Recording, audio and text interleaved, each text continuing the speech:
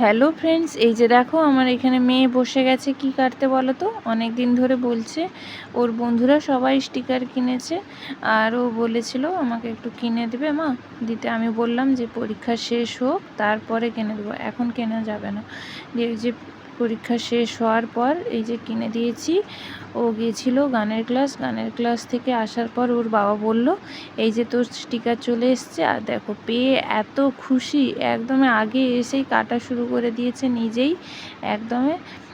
এর বেলা অন্য সময় ফটো ভিডিও করতে চায় না, এখন যে করছি এখন কিন্তু কোনো সমস্যা নেই, ওর মন পছন্দের জিনিস এসেছে তো তাই। এই যে দেখো স্টিকারগুলো একদমই কম প্রাইসেই কিন্তু। আর এই যে দেখো 20টা আছে স্টিকার।